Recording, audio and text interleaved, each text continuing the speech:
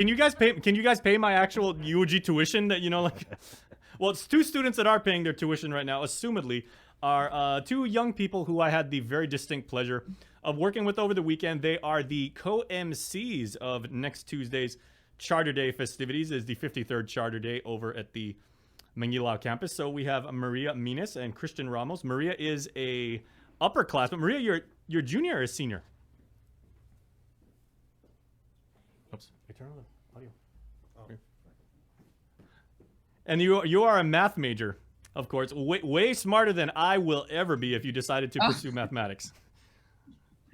Well, at least I have a fellow School of Business and Public Administration enrollee here, Christian Ramos. Christian Hafade, a freshman majoring in business.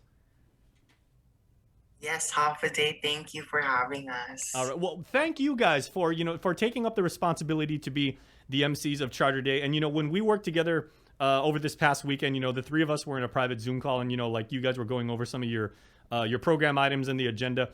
No worries that you guys are going to do an absolutely amazing, fantastic job as the MCs.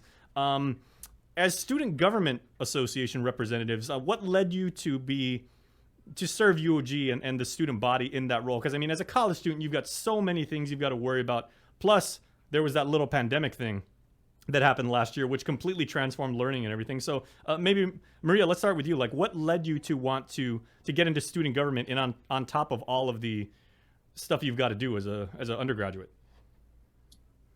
So growing up, I've always wanted to lead others, not only like in group projects, but also like in councils or in sports teams. So transitioning from high school to college, I've always wanted to take on another leadership position. I know freshman year, I wanted to just get a gist of how college is like first before I participate in clubs and student organizations. So I joined SGA on the second semester of my sophomore year. So then I was just like, okay, I got an idea of how college is like. I feel like I should try to challenge myself. So I took on the position as the 58th SGA senator of last year. So with that, I guess I looked forward to hosting events as well as working and collaborating with other people, not only with my peers, but also like the admin at UOG and even outside businesses as well. Very so cool. That's one thing that encouraged me to partake in a position in SGA. So when you complete your degree in mathematics, what are your career plans and everything? Since you have a calling for leadership, do you plan into going into teaching? Do you want to go into graduate studies? Do you possibly see like GovGuam service in your future? Right now, I'm looking forward to teaching at a secondary education level. Very nice. So that's, yeah. Well, since you've got a very strong math background, we at KUM, we're more than happy to put in a good word for you at Department of Labor because, their economics team over there, top notch and everything. And they could always use people who, know how to crunch good numbers and everything. They got a good group over there. So if you need an endorsement on your LinkedIn profile, just let me know. Thank you. And then young Master Christian. So what led you to choose the School of Business and Public Administration, and what drove you to want to pursue business studies? Okay, so if at the beginning, I was having a hard time choosing which major is right for me, but I chose based on how my personality works. I was thinking like, where would my personality and what I love to do, I'm passionate about, where would it work towards? And I was thinking of business because, business, you need to be, it's good that you're like, have a good personality, sociable, you're not afraid to talk in large groups. And also I'm really passionate about, being like a leader for a big group of people. And I thought business was a great opportunity for me to shine. Well, I think you chose correctly. Can't wait to see how both of you make it out into what we call the real world and have leadership and find success there. But as for the more immediate future, next Tuesday, as I said, is going to be a very big day for you. So what have you got planned for us when you are co-emceeing the ceremony for Charter Day? And for those of us who went to UOG and we graduated from UOG, it's always something that we like to to see and go back and attend and like see the various student groups and see the way the colleges have progressed and evolved over the years. But what's on the agenda? How do you plan to exhibit the various programs and initiatives that UOG has? So for this year's Charter Day theme, it is transforming lives and advancing communities. So with this, it's the university's vision statement that was developed under the Parahulu strategic plan.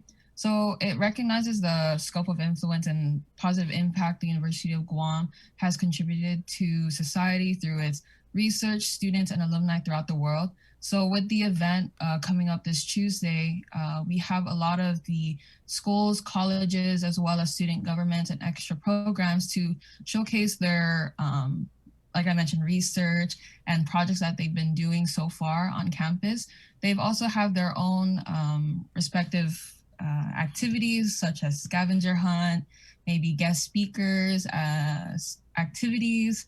So we have those all in plan for Tuesday, and you can I would also like to invite everyone to visit our main Charter Day website. You can start by looking up the UOG main website at uog.edu and type in a search box Charter Day 2021, and there it'll bring you to the main Charter Day website. And on that website, you can find various registration links to many meetings, presentations, activities, as well as the schedule for the whole month of March. I know we have the Charter Day, but I think for this month of March, we're looking at a charter month. So we have activities that will happen throughout the month rather than just one specific day. So for this Tuesday, we do have the opening ceremony with the remarks. We have some guest speakers to do some remarks as well.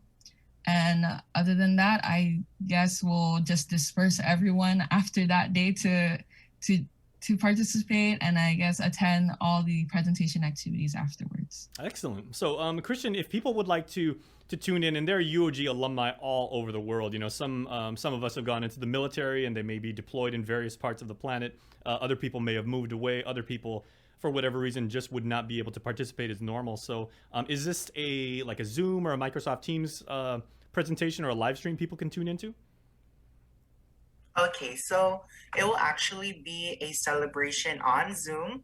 So if they are interested in like tuning in to this celebration, as Maria mentioned, they can register on the 2021 Charter Day main page, and from there they can get the link to the Zoom celebration. Excellent. Okay, we'll go ahead and add the link in our comment stream as well for everybody watching on Facebook Live right now. I'd like to now ask the both of you, like, what is, as student government, association representatives, of course, it's your job to, literally represent, the student body, but also, to have a pulse of the community. And at the end of the day, you're students, you guys all go to the same classes, you guys, have established friendships and colleagues that are going to last a lifetime. And that's what college is all about, right? But in this last year of just so very weird situations, what is the tempo and what is the pulse, if you will, of UOG student body? Like, how do people keep themselves motivated to continue with their studies and to keep up that Triton spirit that we're so proud of? So for me, I feel like with this online platform, I guess the pace is a lot faster compared to in person. Personally, I find myself racing the teacher, trying to, finish my notes, or even just emailing the teacher, or not even just teachers, just emailing like cohorts or even other personnel at the University of Guam just to get more information. So with SGA, I know we host a lot of in-person events that benefit the students, that benefit the university. But with the past few years, what we've been doing is donating funds to student organizations, or even like PPEs for Guam. That was one of the projects that we've done.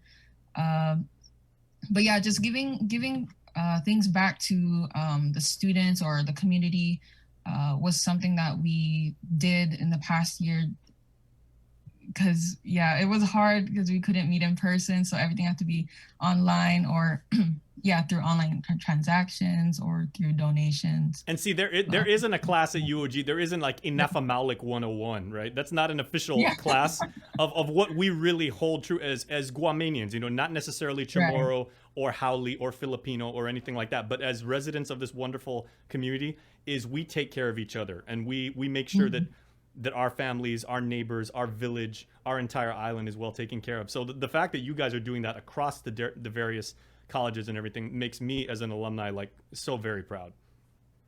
Thank you. And I gotta say, Christian, is for you and your classmates, like those of you who are in your freshman year, college isn't always like this. I can assure you, you're gonna, hopefully, if our island continues to do as well as we're doing right now, and you can get back to face-to-face learning, you're really, really gonna enjoy college in the traditional sense. But hats off to the both of you for being able to persevere and just continue to do what you do. And you said, and lead. Okay, so once more, so Christian, I'll give the final honor to you, because as a business person, right, and as someone who prides himself on public speaking, we have to have. If you decide to pursue marketing, which I did because I wanted to be an advertising person, let's give one final push for why people should attend the University of Guam 53rd Charter Day ceremonies on Zoom and what they'll get out of it. Okay, so Hafate Guam once again. So we're inviting you to the 53rd Charter Day event. And honestly, you should attend because there will be fun-filled activities, speaker series, and all these type of events. Even though it won't be the traditional kind that we're all used to, it will be still fun, filled with so much fun, so much lessons that you can gain through this event. So yeah, I hope to see you all there. And we will also be having some student giveaways for the student population. So some games too. So we look forward to hopefully participate in this event. Thank you. All right. And I want to invite all of my fellow members of the class of 1996, Alas Manamko. Make sure to go to the UOG celebration and let's help support our beloved alma mater. So Maria, Christian, thank you so much and congratulations, and we wish you the very best. Thank you so much for having us. All right. Bright things ahead for both of you. Can guarantee it. All right. And there is a good interview coming up on the flip side of this break, because Chris and Sabrina will be joined by the Superintendent of Public Education, John Fernandez. That is coming up next on The Link after these. The relationship between Guam and Manila, Philippines is undeniable, as we share similar cultural traditions, history, and heritage, with generations of Filipinos calling Guam home. KUAM presents a monthly look at the capital